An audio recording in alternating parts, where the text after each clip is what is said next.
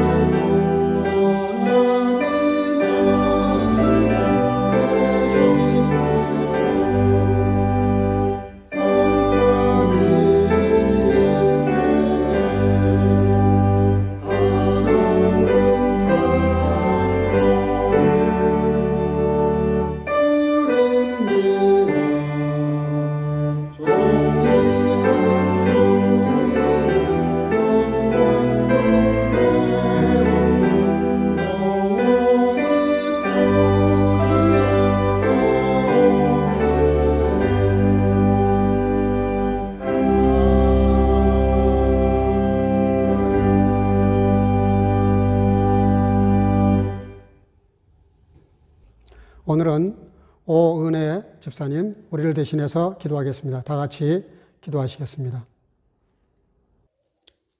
우리와 늘 동행하시는 살아계신 하나님, 비록 영상으로 예배하지만 정해진 시간과 장소에서 우리의 몸과 마음이 주께로 향하게 하시니 감사합니다.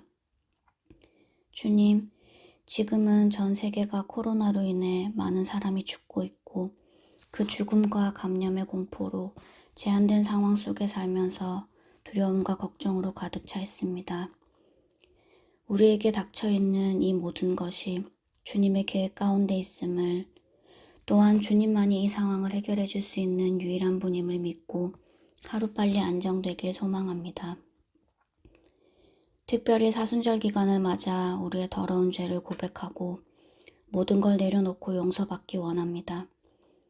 주님은 보잘것없는 우리를 위해 채찍질로 고난받으셨는데 지난 한 주간도 저희들은 우리의 안위만 생각하며 좁은 길보다 넓은 길만을 찾으며 살아왔음을 고백합니다.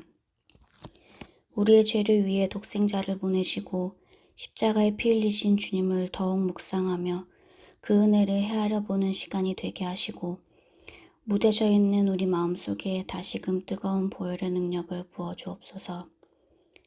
보이지 않는 곳에서 교회를 위해 봉사하며 돕는 지체들을 특별히 축복하시고 기름 부어주셔서 그들의 수고가 헛되지 않게 하시고 말씀 전하시는 담임 목사님께도 은혜 가운데 붙들어 주시고 말씀을 받는 우리의 마음밭 또한 뜨거운 성령의 불로 채워주옵소서. 주께서 세우신 교회에서 마스크를 벗고 같이 예배하고 찬양할 수 있는 날이 속히 오길 기도하며 오늘도 살아계셔서 역사하시는 예수님 이름으로 기도합니다. 아멘.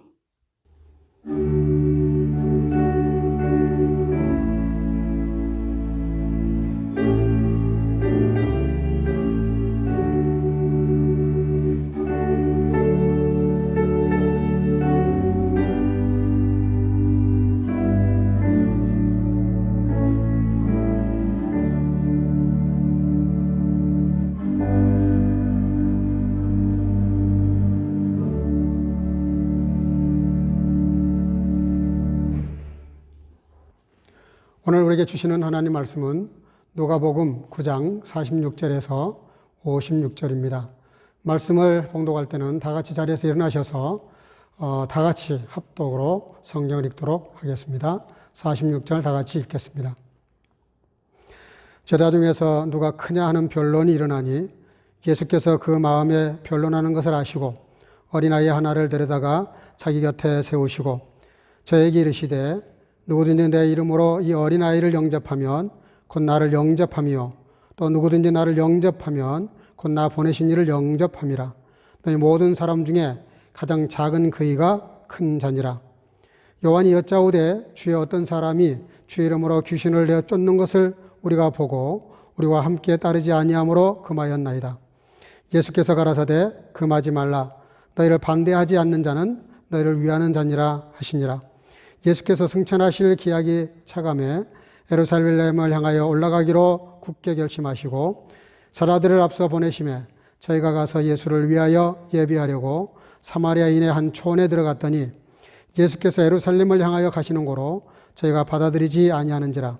제자 야고보와 요한이 이를 보고 가로되 주여 우리가 불을 명하여 하늘로 쫓아내려 저희를 멸하라 하기를 원하시나이까. 예수께서 돌아보시며 꾸짖으시고 함께 다른 촌으로 가시니라. 아멘. 네, 오늘은 특별히 감사한 것은 우리 박세린 자매님, 우리 김봉겸 형제님과 함께 이중창으로 하나님께 특별 연주로 영광을 올리겠습니다.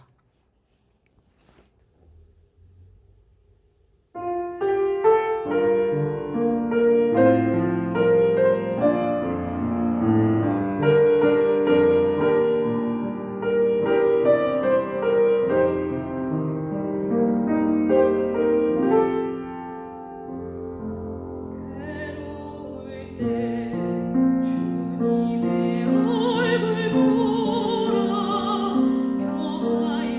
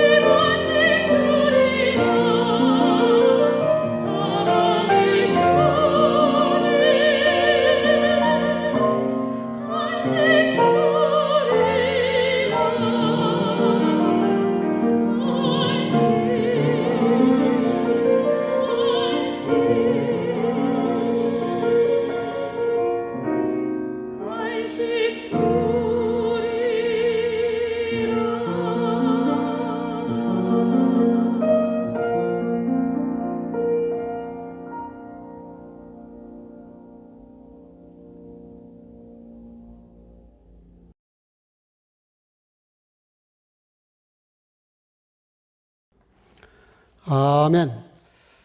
귀한 찬양 감사합니다. 어렸을 때 다녔던 교회를 여러 친구들이 방문을 하게 되었다고 합니다. 십수년 만에 이제 그 교회를 다시 찾아왔기 때문에 좀 생소했겠죠. 마침 그 대문을 들어서는데 사찰 집사님과 이렇게 맞닥뜨리게 됐습니다. 그때 사찰 집사님이 좀 다른 일로 바빴기 때문에 열쇠를 건네주면서 먼저 들어가라고 그렇게 하고 사찰 집사님은 일을 보러 가셨습니다. 이 친구들이 열쇠를 받아들고 교회 정문에 들어와서 열쇠를 계속 돌리는데 아무리 돌려도 열쇠가 안 돌아가는 거예요. 그러니까 뭐 별별 방법을 다 쓰는데 아무리 힘센 사람이 와서 해도 안 되고 이렇게 해도 안 되고 저렇게 해도 안 되고 열쇠가 돌아가질 않으니까 애를 쓰다가 결국은 지쳐서 포기를 하고 앉아 있는데 그때 마치 사찰 집사님이 일을 볼일 보고 끝나고 이제 그 교회 앞으로 왔습니다. 그게 앉아 있는 모습을 보고 그 친구들이 그래요.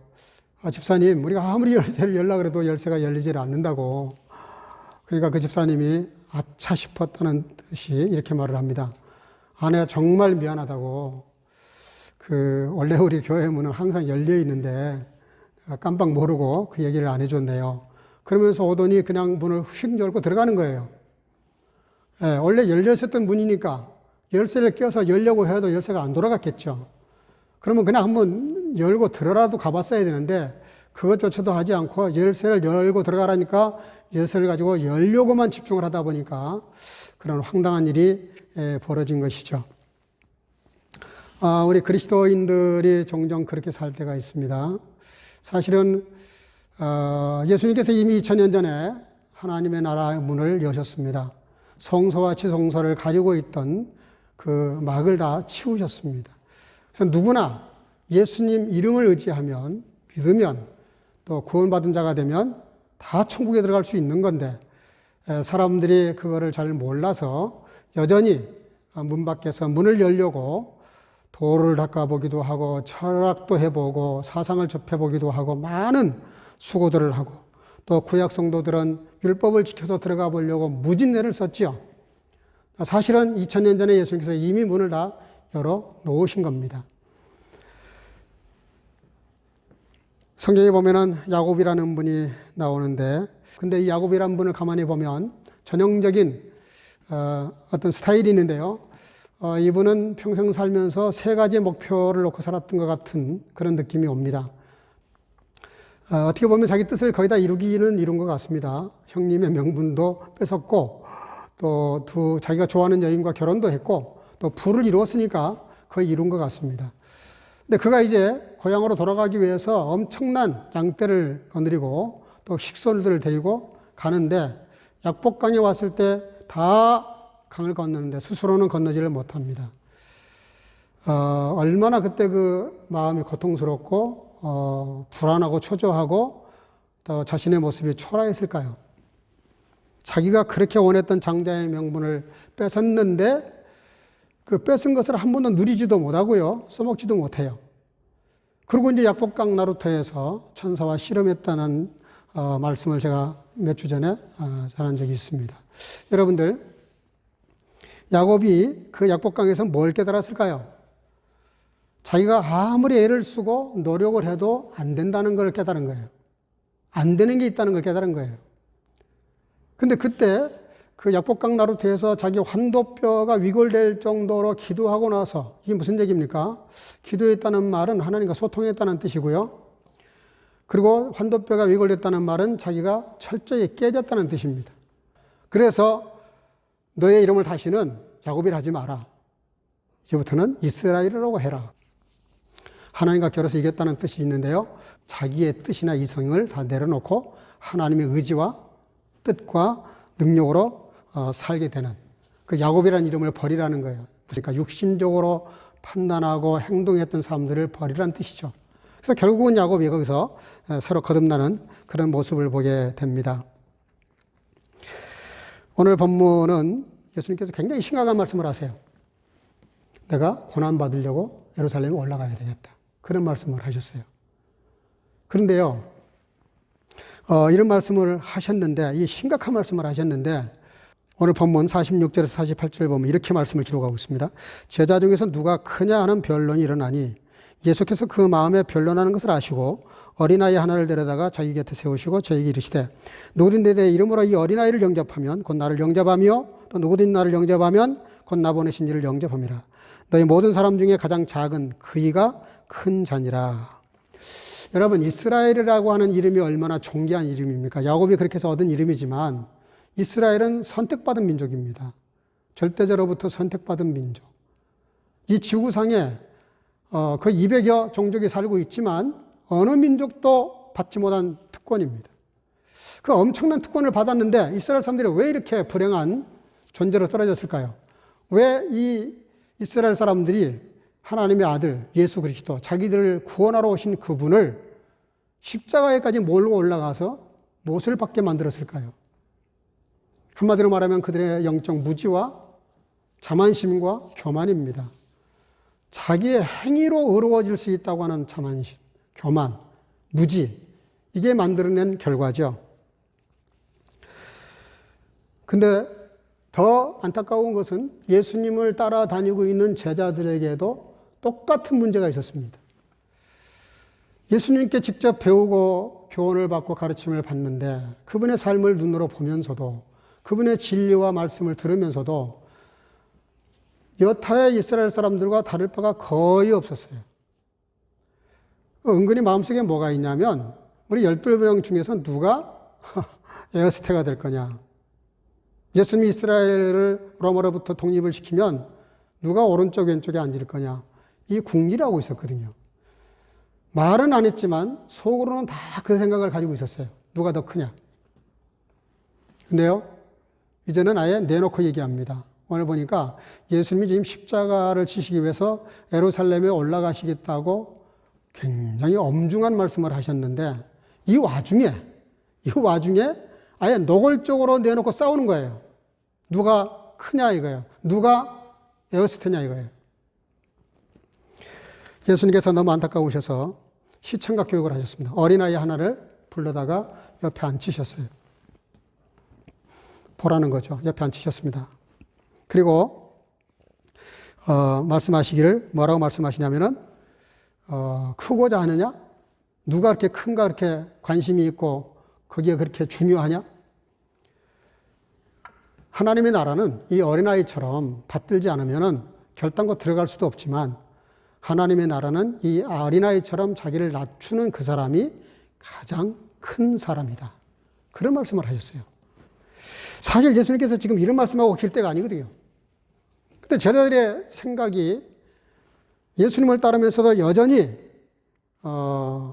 세상 가치관을 가지고 생각하고 판단하고 그거를 끊임없이 추구하는 그런 제자들을 놓고 그렇게 예수님께서 말씀을 하신 거예요. 가장 작은 자가 되어야 하나님의 나라는 가장 큰 자다. 오늘 이 말씀을 가지고 조금 같이 나누려고 하는데요.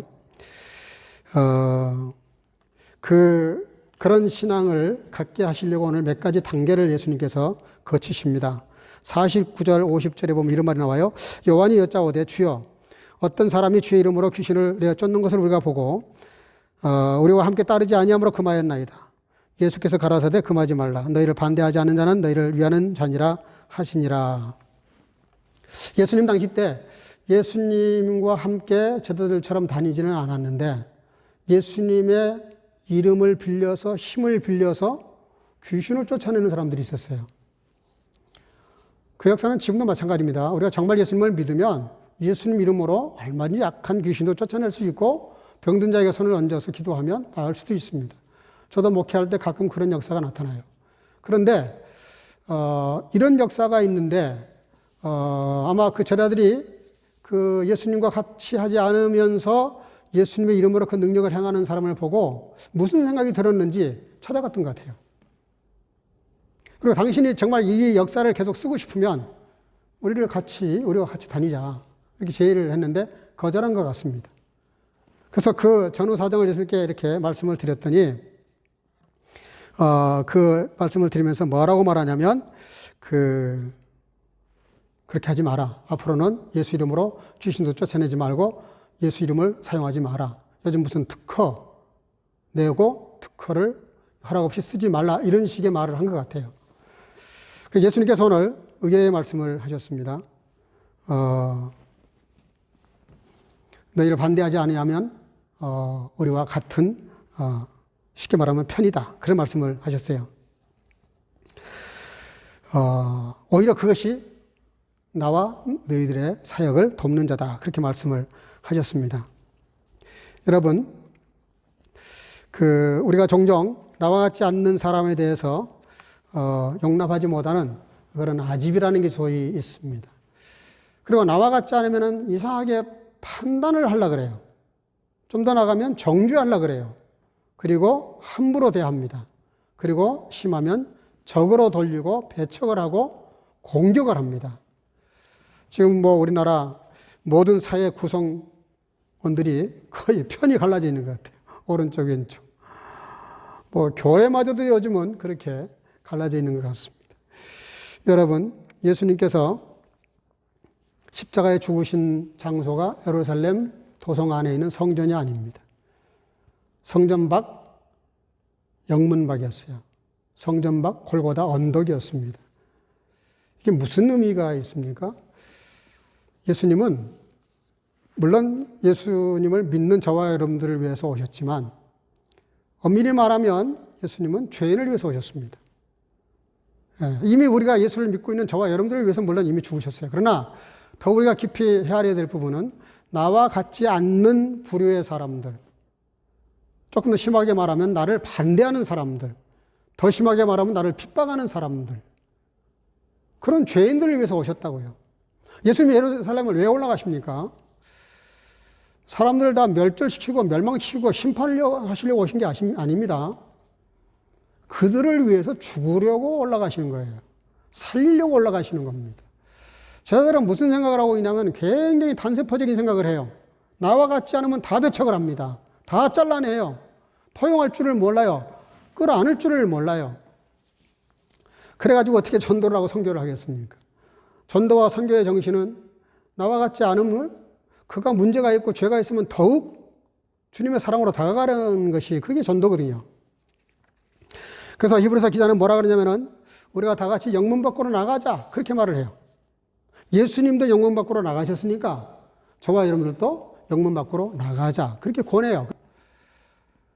예수 그리스도를 따르는 저와 여러분들도 예수 그리스도의 십자가 정신을 가지고 따라야 됩니다. 그렇지 않으면 굉장히 신앙생활이 피곤해요. 갈등이 일어나요. 마음이 편치가 않아요. 그리고 예수를 믿는다는 게 도대체 늘 갈등투성이에요. 왜 그러겠어요?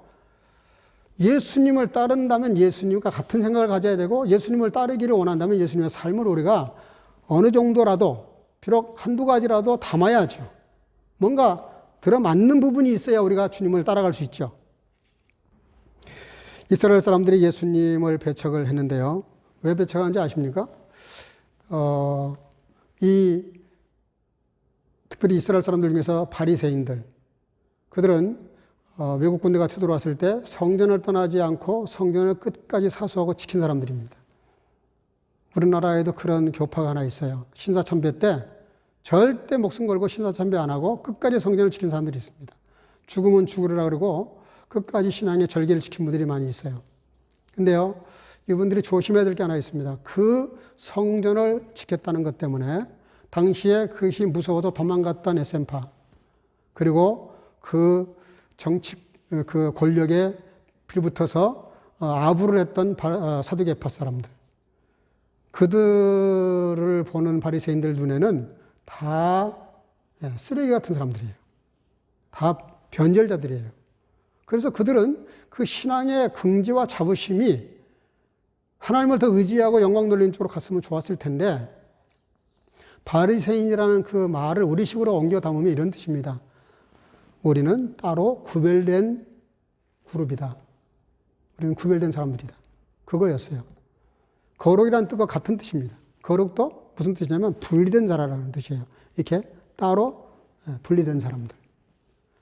여러분들, 거룩과 교만이 백지장 하나 차이입니다.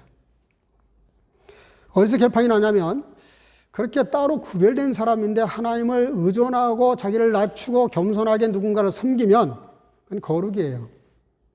거룩한 사람도 아무리 거룩하게 살았어도 그게 편가르기를 하고 남을 무시하고 판단하고 정죄하는 쪽으로 가게 되면 그게 바리새인들처럼 아주 고약한 신앙이 되는 겁니다. 오늘 제자들도 그랬지만 이 이스라엘 사람들이 대부분 그런 생각을 가지고 있었기 때문에 예수님을 영접하지 못했던 거예요. 그래서 오늘 가장 작은 자를 제자들로 하여금 가장 작은 자의 위치에 서도록 예수님이 지금 다듬어 가시는 중인데요. 그 첫 번째가 뭐냐면은 먼저 용납하라는 거예요. 나와 같지 않음을 용납하라는 것이죠. 이게 왜 중요하냐면은 이사야서에 보면은 하나님과 우리 사이가 하늘과 땅만큼 간격이 있다 그랬어요.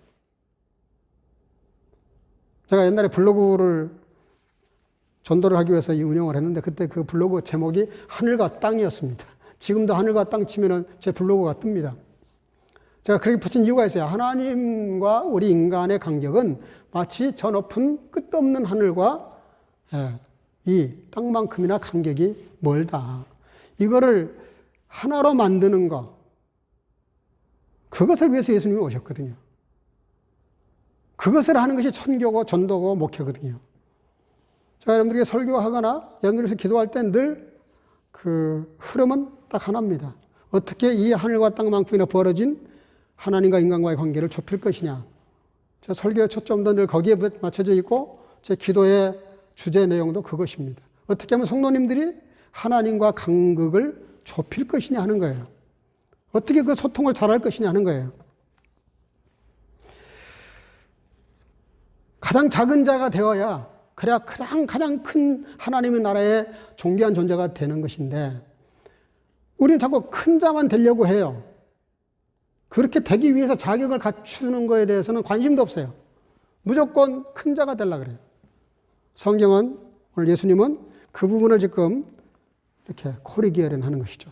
지금 이렇게 고쳐가시는 중이에요. 두 번째가 뭐냐면요. 심지어 거부하는 자들조차도 품으라는 거죠. 52절에서 55절인데요. 사자들을 앞서 보내시며 저희가 가서 예수를 위하여 예비하려고 사마리아인의 한 촌에 들어갔더니 예수께서 예루살렘을 향하여 가시는 고로 저희가는 사마리아 사람들을 말합니다. 받아들이지 아니하는지라. 제자 야고보와 요한이 이를 보고 가로되 주여 우리가 불을 명하여 하늘로 쫓아내려 저희를 멸하라 하기를 원하시나이까. 예수께서 돌아보시며 꾸짖으시고 예수님께서 예루살렘 들어가기 위해서 뭔가를 준비하셨어야 되는데 그러기 위해서 제자들을 그 사마리아 촌에 보내셨던 것 같습니다. 근데 예수님께서 예루살렘으로 가신다는 말을 듣고 이 사마리아 사람들이 예수님을 거부했다는 거예요. 나임 땅게 했다는 거예요. 영접하지 않고. 대단히 안타까운 모습인데요. 사마리아 사람들도 사마리아 여인은 그렇지 않았는데요. 사마리아 사람들은 그랬어요. 예수님이 예루살렘으로 간다는 말이 왜 이렇게 중요했을까? 사마리아 사람들에게 비춰진 예수님이 지금까지는 뭔가 하는 의구점이 있었는데 지금은 확실해진 거예요. 뭐가 확실해졌냐면 예수님이 갈릴리 주변에서 주로 이렇게 활동하셨잖아요.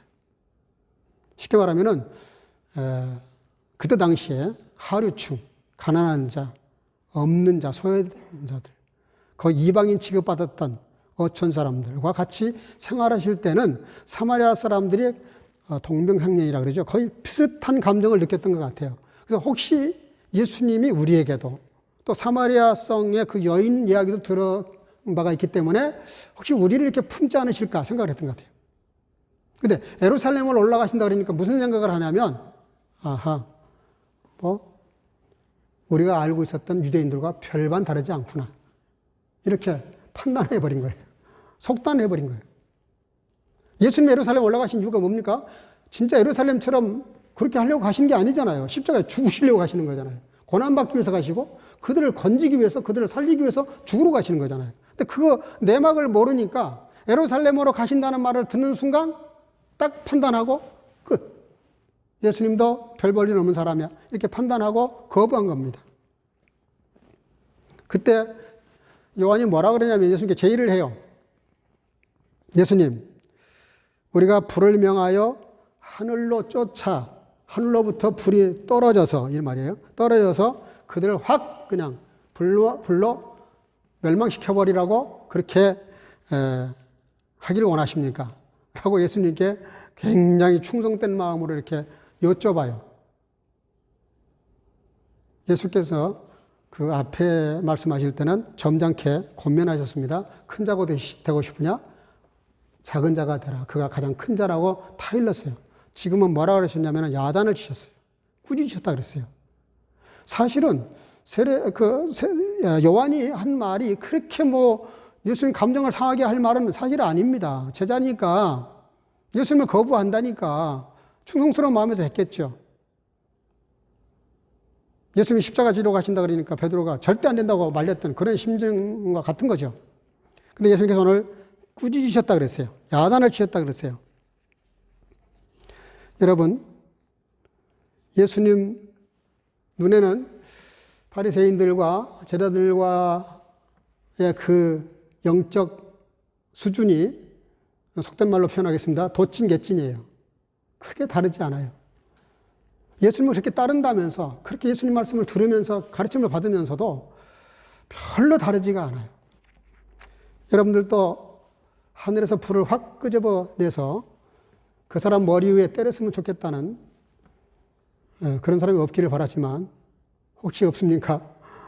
나를 괴롭히는 사람, 두두고 나를 애먹이는 사람, 골탕 먹이는 사람, 무슨 이유인지는 모르겠지만 자꾸 그 방해하는 사람, 뒤로 돌아다니면서 나 몰래 이상한 소문이나 퍼뜨리고 다니는 사람들 듣고 나면 화가 나죠. 화가 납니다. 나를 거부하면 화가 나죠. 당연히 화가 납니다. 요한도 아마 그런 마음에서 그렇게 했던 것 같습니다. 근데 예수님께서 오늘 그들을 꾸짖으셨다 그랬어요. 뭘 꾸짖으셨을까요? 제자들의 여전히 그런 예수님을 따르면서도 세상적인 가치관이나 분별력이나 또 그런 수준에서 조금 더 나아지지 않는, 다른 말로 말하면 잘못된 방향의 잘못된 열심과 열정. 얼마나 참 격한 얘기입니까? 하늘에서 불을 끌어다가 확 심판하게 할까요? 1840년 벨기에의 작은 마을에 한 농부의 아들로 태어난 사람이 있습니다.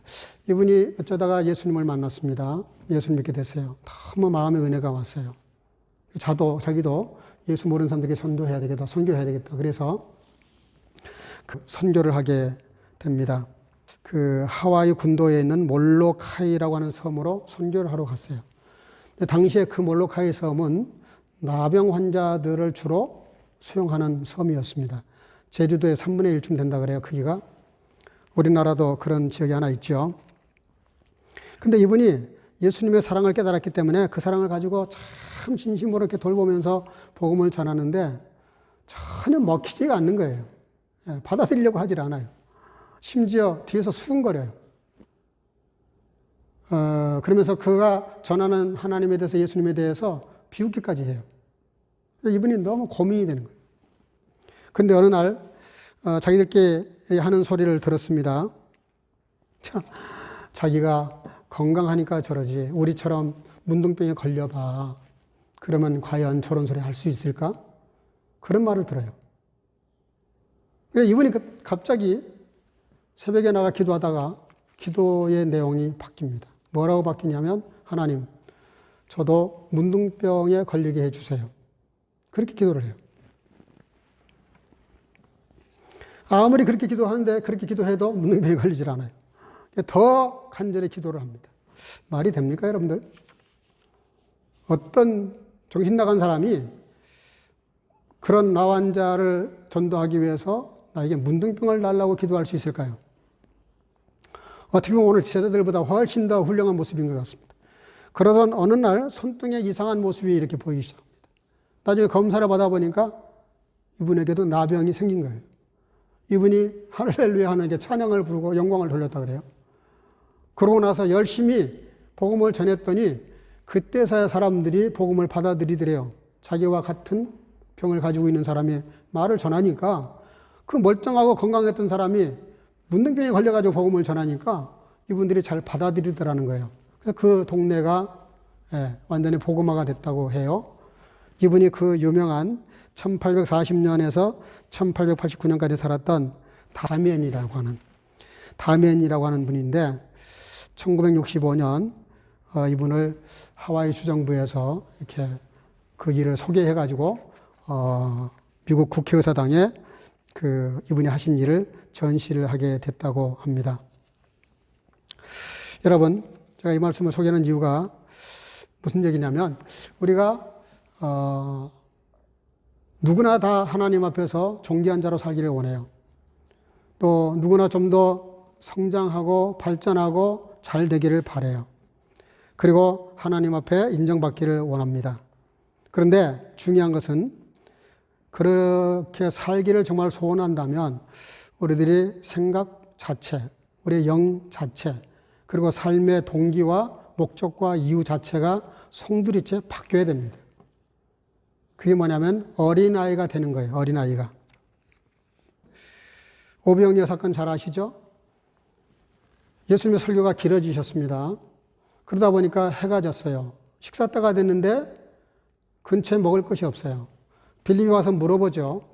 예수님께서 너희들이 먹을 것을 주라 그랬는데 이거 주려 그러면은 먹을 걸 사와도 200데나리온이 넘습니다. 그렇게 이야기를 해요. 대책이 없다는 뜻이었습니다. 근데 여러분들 그 문제가 어디서 풀립니까? 어린아이가 자기 먹을 거 가져왔던 것을 예수님 손에 올려드리죠. 5,000명, 그거는 남자, 성인만 숫자를 센 겁니다. 전체를 세면 한 2만 명 됐을 거예요. 그 많은 사람들이 아무 대책이 없는 거예요. 남자 성인만 5,000이라고요. 5,000명이나 되는 사람들 가운데 이 문제를 해결할 사람이 아무도 없어요. 해결할 어떤 동기나 단초를 마련할 수 있는 사람이 아무도 없어요. 근데 어린아이가 자기 먹을 거를 내놓으면서 문제가 풀립니다. 어린아이 하나를 옆에 앉혀놓고 예수님께서 교훈하셨죠. 무슨 메시지입니까? 하나님 나라의 가장 큰 자라는 말을 속된 말로 이해하면 안 됩니다. 하나님의 나라에서 가장 무게 있는 사람, 가장 가치 있게 사는 사람, 가장 존귀하게 사는 사람을 말하는 거예요. 세상적인 서독적인 어떤 그런 명예를 말하는 게 아닙니다. 정말 가치 있는 인생을 살아가는 사람이 누굴까? 그렇게 살기를 원한다면 어떤 자가 되어야 될까?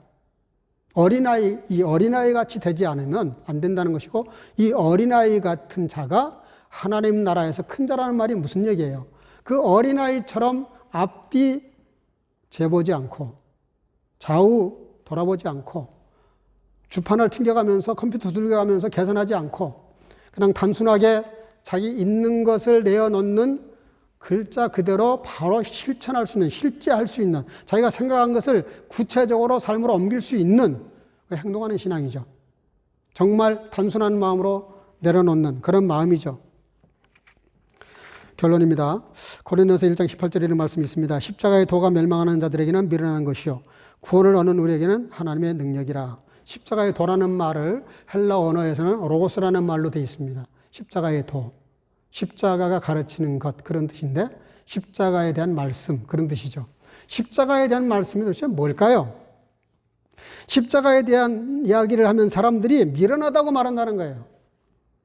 바보 같다는 거예요. 근데 로마서 1장 16절에서는 뭐라고 말하냐면은 내가 복음을 부끄러워 아니하노니 이 복음은 모든 믿는 자에게 구원을 주시는 하나님의 능력이 됨이라. 두 가지 나왔습니다. 십자가에 대한 것이, 십자가에 대한 메시지가, 십자가에 대한 사건이, 십자가에 대해서 말씀하는 그 모든 내용들은 하나님의 지혜라는 거예요. 십자가의 도가 이 세상 사람들에게 또 불신자들에게는 미련한 거예요. 지극히 미련한 거예요. 왜냐하면 하늘의 권세를 끌어다가 얼마든지 로마를 부셔버릴 수도 있습니다. 얼마든지 예수님을 대적하는 사람들을 지옥에 던져버릴 수 있습니다. 안 죽으시고 그냥 승천하실 수도 있습니다. 하나님의 나라에서 내려오신 분이 올라가는 걸 왜 못하시겠습니까? 그 어마어마한 힘을 가지시고 가장 추악한 죄인으로, 가장 약한 자의 모습으로 죽으시는 그 모습이 얼마나 미련한 겁니까? 십자가에 대한 말씀이 그거잖아요. 미련하게 죽으신 거예요. 그런데 그것이 하나님의 능력이라는 겁니다. 어떻게 그게 능력이 됩니까? 바로 이것 때문에 저와 여러분들이 살게 됐기 때문입니다. 여러분, 왜 하나님의 지혜와 능력입니까? 십자가 정신 속에는 몇 가지 뜻이 들어있습니다. 예수님은 작은 자로 사는 저와 여러분들을 정말 큰 자로 만들어 주시려고 더 작은 자로 사셨어요. 쓰러진 자를 일으켜 세우시려고 주님이 대신 쓰러지셨잖아요. 우는 자들을 대신해서 주님이 대신 우셨잖아요. 우리가 지은 죄 때문에 얻어 맞아야 될 채찍을 대신 맞으셨잖아요. 가난한 자들을 더 부유하게 하시려고 예수님은 더 가난해질 수 없을 만큼 더 가난해지셨잖아요. 아픈 자들을 도우시려고 더 아프게 사셨어요. 억하심정으로 살아가는 사람들을 위해서 더 억울한 삶을 사셨다고요. 그래서 우리를 치유하기를 원하셨죠. 심지어 예수님은 자기와 같지 않은 사람을 말할 것도 없고 자기를 배척하는 사람들, 자기를 정죄하는 사람들, 채찍을 가하는 사람들, 자기를 향해서 침을 뱉는 사람들, 자기를 죽이려고 하는 사람들, 아니 죽이고 있는 사람들조차도 위해서 죽으셨습니다. 그것은 그들을 살리기 위해서 그런 것이죠.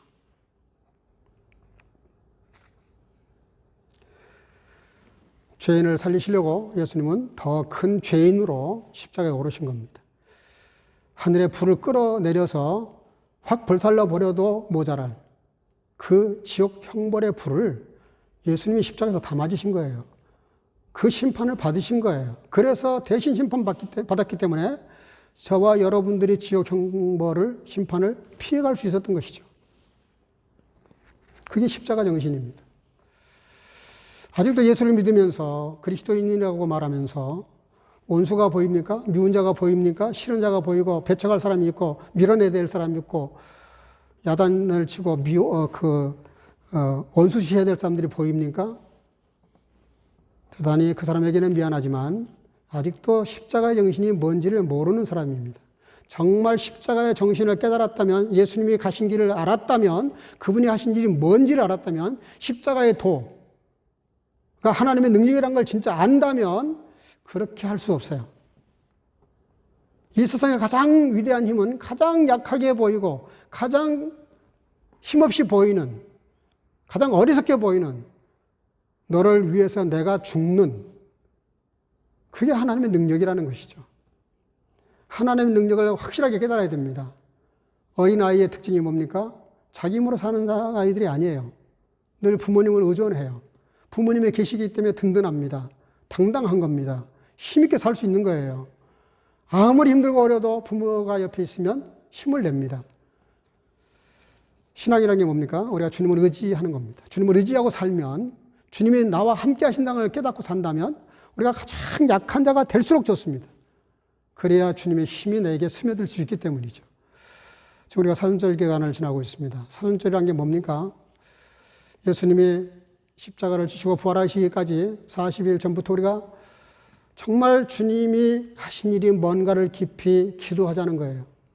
정말 그분이 왜 그렇게 십자가를 지시고 고난당하셨는지를 깊이 음미해 보자는 거예요.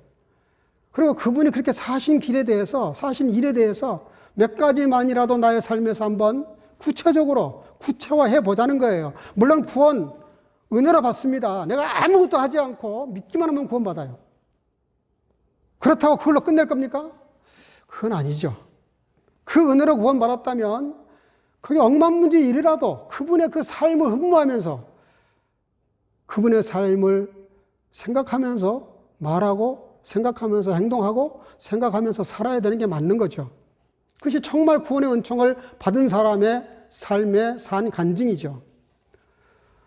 사순절 기간 동안에 제가 성경을 하루에 30장을 읽으면 일독을 할 수 있다고 했습니다.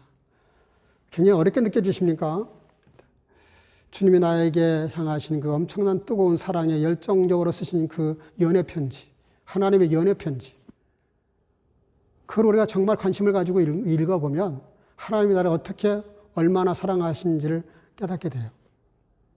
이 기간에 저와 여러분들이 더욱 주님의 십자가 정신을 깨닫고 주님 앞에 가까이 나아가는 그런 시간이 될 수 있기를 주의 이름으로 축복합니다. 기도하겠습니다. 사랑과 은혜가 충만하신 살아계신 아버지 하나님, 오늘도 이 세상 사람들은 그저 세상에 보이는 것들을 바라보고 판단하고 생각하고 정죄하고 밀어내고 나와 같지 않음을 배격하는 그런 삶을 살아가는 사람들이 얼마나 많이 있는데, 이제는 믿지 않는 사람들 뿐만 아니라 믿는 사람들조차도 너무 신앙의 매너리즘에 빠져서 당연한 것으로 알고 하나님 은혜조차도 당연한 것으로 알고 깊이 음미하며 그 사랑이 어떤 의미를 가지고 있는지, 어떻게 해서 그 사랑이 내게 왔는지를 생각해 보지 않는 어려운 때가 되었습니다. 아버지 하나님, 이 기간 동안에 우리가 다 같이 다시 한번 주님 가신 길들을 더듬어 보면서 주님께 더 가까이 나아가며 주님이 십자가를 지셔서 그래서 나와 모두를 위해서 죽으신 그 놀라운 사건이 무슨 뜻을 가지고 있는지, 내게 어떤 의미가 있는지 깊이 헤아리면서 더욱더 주님께 가까이 나아가는 아름다운 신앙이 될 수 있도록 사랑하는 주의 자녀들을 축복하시고 함께 하시기를 간절히 소원하옵고, 십자가의 도를 따름으로 우리 모두가 다 같이 십자가 정신으로 승리하도록 역사해 주시기를 간절히 소원하옵고 예수님의 이름으로 기도하옵나이다. 아멘. 주신 말씀 생각하시면서 찬송가 453장을 부르시면서 준비하신 예물을 봉헌하도록 하겠습니다.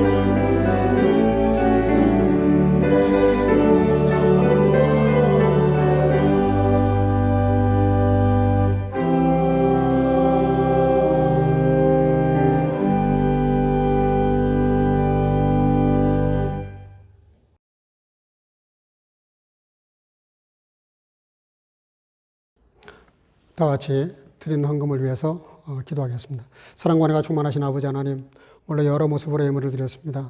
11줄 드리는 성도들, 또 감사와 구제 예물을 드리는 성도들, 또 선교 예물을 드리는 성도들, 또 주일헌금을 드리는 성인들과 어린 생명들, 하나님 저들의 마음을 따라 갚아주시되 약속하신 대로 흔들고 누르고 또 흔들어 채우시는 복으로 열애 하나 드린 자들을 축복해 주셔서 그렇지 않은 인생보다 더 차고 넘친 인생을 살아가도록 축복하시기를 간절히 소원하옵고, 선교가 얼마나 중요한 때에 살아가고 있습니다.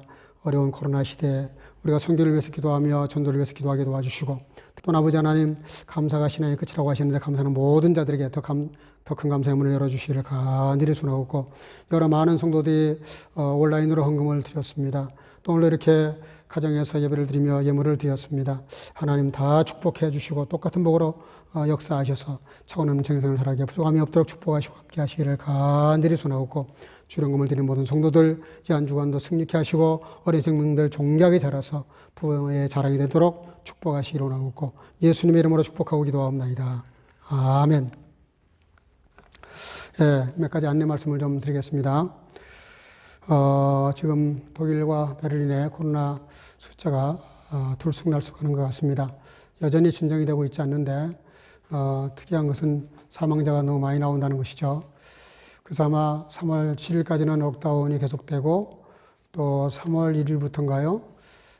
자가 진단하는 그런 키트가 나오는 것 같습니다. 어쨌든 조심하셔야 될 것 같고요. 3월 7일까지 일단은 영상 예배를 계속하는 것을 알려드립니다. 따라서 우리가 더 말씀을 드렸지만 집중도를 높여서 주일날 교회 나오듯이 옷도 좀 새로 이렇게 갈아입으시고 그리고 자세가 틀어지지 마시고 편안한 안락 의자보다는 가능하면 좀 딱딱한 의자에 앉아서 그렇게 자세를 유지해 주셔서 예배가 영상 예배지만 대면 예배보다 더 정성스러운 예배가 될 수 있기를 바랍니다. 수요 성경 연구와 금요 기도회 좋은 기회입니다. 집에서 가정 예배를 통해서 가정 예배가 설 수 있는, 세워질 수 있는 또 자기 스스로도 예배할 수 있는 그런 훈련의 좋은 기간이기도 합니다. 다 같이 참여해 주시기를 바라고 동참하셨으면은 아멘 감사합니다. 물론 목사에게도 하면 좋지만 목사에게 하라는 뜻이 아니에요. 하나님께 영광 돌리라는 뜻입니다. 그리고 받은 말씀을 단 한 말씀이라도 서로 이렇게 나누면 얼마나 좋습니까? 그래서 내가 받은 은혜를 이렇게 정리하는 굉장히 좋은 훈련입니다. 동참해 주시기를 바랍니다. 가능한 봉헌하신 헌금은 온라인 하시면 더 좋습니다. 여러 가지 교회 경상비가 나가야 되기 때문에 온라인 해주시면 더 좋고요. 여의치 못하면 모아놓으셨다가 나중에 대면 예배 때 하셔도 무방합니다. 주중에 어려운 일 있을 때 언제나 시간 구애받지 마시고 저에게 연락 주시기를 바랍니다.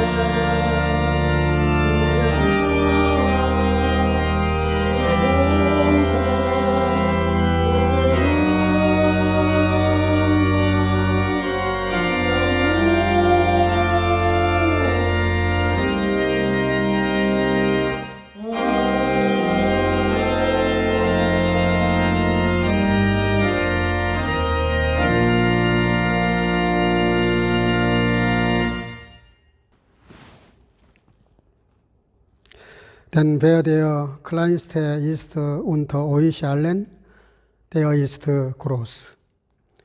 Die Gnade unseres Herrn Jesus Christus und die Liebe Gottes und die Gemeinschaft des Heiligen Geistes sei mit euch allen.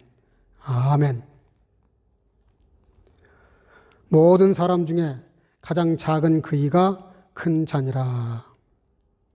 이제는 우리 구주 예수 그리스도의 놀라우신 은혜와 아버지 하나님의 극진하신 사랑하심과 성령의 교통으로 충만케 하심이 모두가 큰 자가 되기를 추구하는 이 땅에 살지만 예수 그리스도의 형신을 이어받아 작은 자로 섬기는 자로 살기를 마음속에 결단하는 사랑하는 온 성교가정 머리 위에와 함께 영상으로 예배를 드리는 모든 주의 지체들 머리 위에 예로부터 영원토록 함께 있을지어다.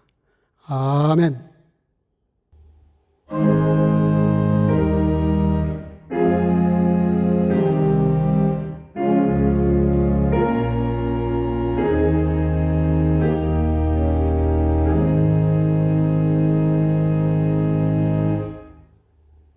예, 이것으로서 모든 예배를 마쳤습니다. 오늘 주신 말씀 기억하시면서 이 한 주간도 주님과 동행하시면서 승리하시길 바라고, 특별히 코로나 조심하시고 또 말씀 많이 읽으시면서 이 한 주간도 의미 있는 그런 삶을 사시기를 주 이름으로 축복합니다. 할렐루야.